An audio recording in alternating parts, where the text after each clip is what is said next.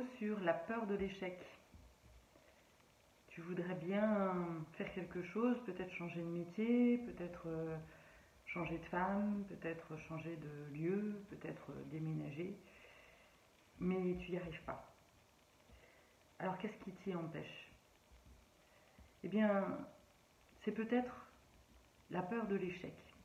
Alors comment on fait pour dépasser, transcender la peur de l'échec? Avant de faire cette vidéo, j'ai regardé un petit peu sur YouTube ce qui existait sur le sujet, et souvent je vois comment gérer l'échec. Et bien pour moi, l'échec ça se gère pas. L'échec ça se transcende.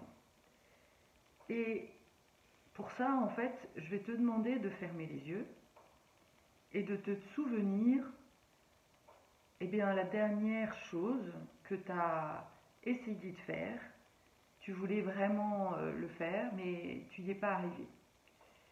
Peut-être que c'est en lien avec ton activité professionnelle, peut-être autre chose, peu importe. Mais en tous les cas, tu as essayé et tu n'y es pas arrivé. Et juste de te connecter avec ce qui se passe à l'intérieur de toi. Comment c'est à l'intérieur de toi? Il est où l'échec en fait? Il te fait quoi dans ton corps? Alors, tu restes en contact avec ça. Et tu nommes les émotions qui sont liées à ça. Souvent, c'est dans la gorge ou au niveau du plexus. Et souvent, en fait, il y a une sensation de honte. Tu restes avec ça. Tu restes avec cette sensation de honte. Et tu vas lui donner de la place. C'est pas très agréable, mais c'est nécessaire pour justement transformer, transcender cette émotion. Parce que c'est pas avec ton cerveau, contrairement à ce que j'ai pu voir sur internet, c'est pas avec le cerveau que tu vas pouvoir changer, soi-disant en changeant les images ou en je sais pas quoi. En tous les cas, pour moi ça marche pas. Mais par contre, la honte, la culpabilité, eh bien c'est une émotion qui a besoin d'être entendue, qui a besoin d'être vue. Ah oui, parce que enfant, c'est quelque chose que tu as certainement vécu très souvent. Alors là, plutôt que d'essayer de lui mettre un couvercle dessus, eh bien, tu vas rentrer dedans. Tu vas le laisser grandir, comme si l'endroit où ça se manifestait, donc si c'est dans la gorge, si c'est dans ton plexus, voilà, tu essaies de zoomer en fait sur cette sensation qui n'est pas agréable et tu la laisses évoluer. Voilà. Tu lui donnes la place. Voilà, c'est comme ça. Là maintenant, j'ai honte. J'ai honte d'avoir essayé et de ne pas avoir réussi. Et là, tu vois, moi je sens une espèce de boule à l'intérieur. Et donc je lui donne de la place. Et tu te poses la question de quel âge tu as quand tu ressens ça. Quand tu ressens cette boule-là, à la fois dans le ventre, à la fois là, que tu es mal à l'aise, que tu te sens impuissant, que tu te sens gêné, tu as envie de te mettre dans un petit coin peut-être. Quel âge tu as? Et à quoi ça te ramène? Où est-ce que ça te ramène dans ton enfance?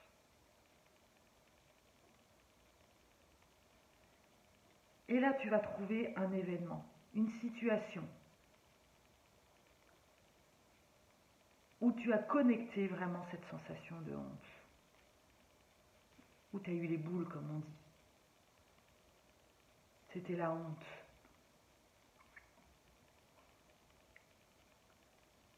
Et donc tu vas rester là, dans cette situation.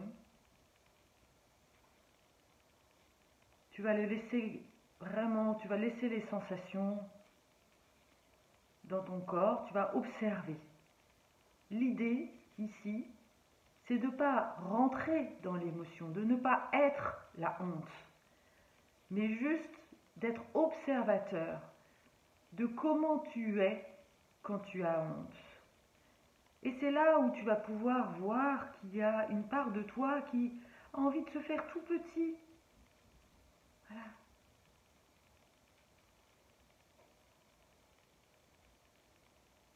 Et donc là, tu imagines que tu es, toi, adulte, à côté de l'enfant que tu es, qui a honte. Honte d'avoir menti peut-être, honte d'avoir fait une bêtise, honte voilà, d'avoir fait je sais pas quoi. Peu importe. Mais tu te mets face à toi-même. Tu es face à toi-même. Et comment tu te vois en fait? Observe-toi. Moi, je me vois là toute petite. Je me revois en fait dans une situation, c'est pratiquement l'événement que je vois qui tourne en boucle. J'essayais en fait d'aller dans la chambre de ma sœur. Je voulais l'embêter et pour pas faire de bruit, je me suis mise en fait sur une BD et j'avançais comme ça parce que mon père m'entendait tout le temps. Et là, voilà, je voulais faire la plus maline, je voulais être la plus maline et je me mets sur une BD et je glisse en fait, en espérant que mon père, en me disant que mon père ne m'entendra pas et que je vais pouvoir atteindre mon objectif. Mais manque de bol, je sais pas comment, mon père se retrouve devant moi et me fout une baffe. Et donc, je me retrouve vraiment sidérée, tétanisée. Et je comprends pas. Voilà, et donc là, j'observe cette petite fille qui est face à son père, qui comprend pas pourquoi elle se fait tant engueuler alors que elle est en train de vouloir taquiner sa sœur. Voilà, et donc là, je me retrouve en face à moi-même, face à cette situation.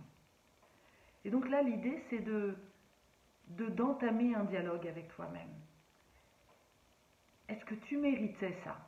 Est-ce que tu méritais cette sanction? Est-ce que tu méritais ce qui t'est arrivé? Comment tu pourrais aujourd'hui jauger plutôt, et si tu étais ton bon père ou ta bonne mère en face de toi, qu'est-ce que tu aurais envie de te dire? Bah là, moi j'ai envie de me dire, laisse tomber quoi. Ton père, il devait être mal luné ce jour-là. Et c'était vraiment pas légitime. Te prends pas la tête avec ça.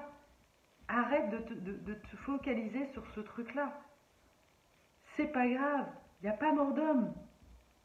C'est pas parce que cette fois-ci, t'as essayé de jouer la maline et que tu n'y es pas arrivé que ça te fait quelqu'un de toi, que ça fait de toi quelqu'un de méchant, de mauvais, Non, voilà.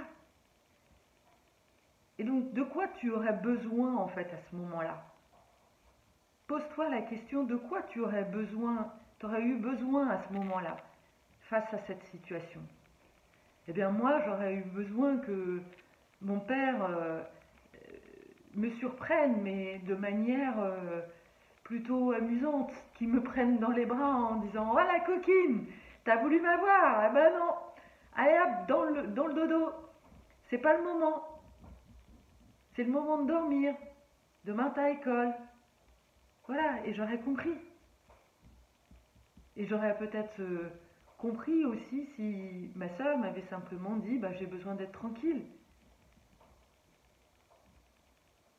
Mais ce qui est sûr, c'est que cet événement, donc tel que je l'ai vécu, je l'ai vu comme un traumatisme, quelque chose qui a bloqué en fait mon émotion et ma spontanéité.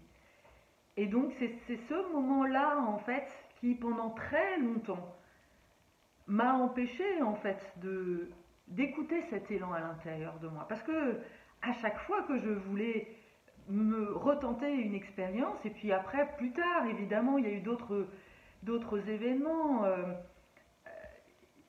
pareil, je prends un autre exemple. Il y a une semaine en fait j'ai fait j'ai passé ma certification de mon premier niveau de formation chamanisme.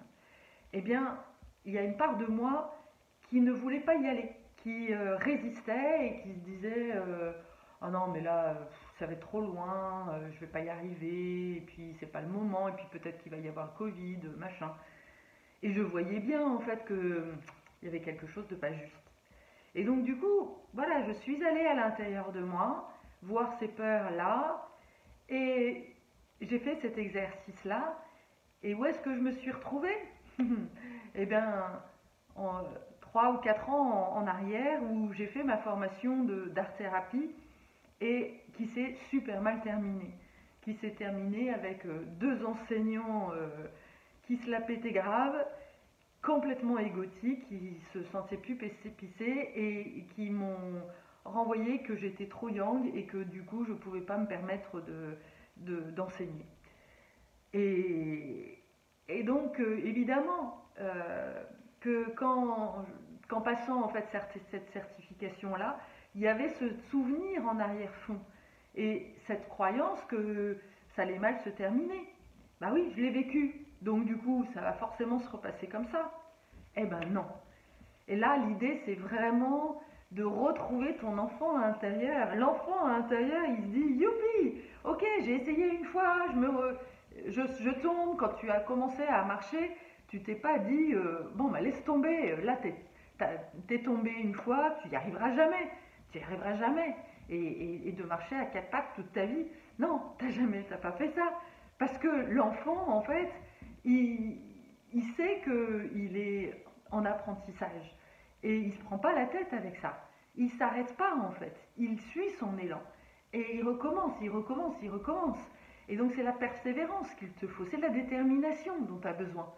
Et donc c'est ça qu'il va falloir que tu apprennes si tu veux changer ta vie. Si tu veux devenir en fait le héros de ta vie et transcender justement tes échecs en expérience, en expérimentation.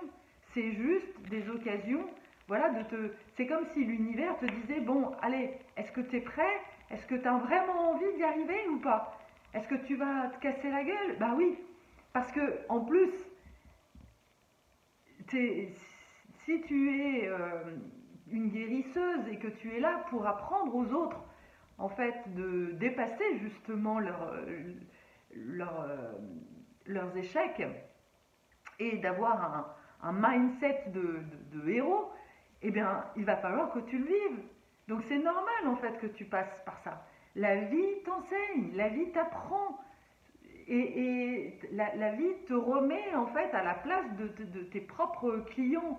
Parce que c'est comme ça, c'est en transcendant les choses que tu vas y arriver et que ensuite tu vas vouloir le transmettre. Tu es là pour enseigner, tu es là pour partager, tu es là pour aider. Et c'est comme ça que le monde va bouger en fait. C'est que à partir du moment où chaque individu reprend le pouvoir sur lui-même, qu'il va pouvoir se défaire en fait de tout ce système qui nous impose, qui nous transforme en juste consommateurs, qui fait de nous des data sur pattes, dont on exploite en fait toutes les données sans même nous demander notre avis. Et même si on ferme notre téléphone, nos ordis, et ben on nous manipule malgré tout. Donc voilà, c'est à toi en fait de te prendre en charge. Et c'est à toi en fait de vraiment te mettre une intention et de ne pas lâcher ça. La raison pour laquelle tu ne réussis pas à passer d'un point A à un point B et que tu n'arrives pas au bout en fait de ce que tu veux, c'est que tu fais un pas en avant, trois pas en arrière. Parce que tu cèdes en fait à ces échecs, tu vois en fait chaque chose que tu n'arrives pas comme un drame. Alors arrête et remets-toi encore une fois dans cette situation, vois à quel moment de ta vie ça correspond et remets ça dans le passé. C'est du passé. Et c'est pas parce que tu l'as vécu une fois que ça va se renouveler. Au contraire, il est temps de reprendre la vengeance justement, de retrouver ta nature spontanée. Voilà. Donc j'espère vraiment que cette vidéo t'aura été utile et maintenant, voilà, mets-toi des objectifs et surtout ne te sors pas en fait de cet objectif-là. Voilà, tu vois, il y a mon cobra là qui est là et qui va t'aider en fait. Le cobra, il a une vraie médecine guérisseuse et je suis sûre que voilà, tu vas y arriver. Ne te donne pas de doute que tu vas y arriver. Et si tu n'y arrives pas la première fois, c'est pas grave, ça sera la deuxième. Et si tu n'y arrives pas la deuxième, ça sera la troisième. Mais ne lâche rien, c'est vraiment important. Voilà, à bientôt.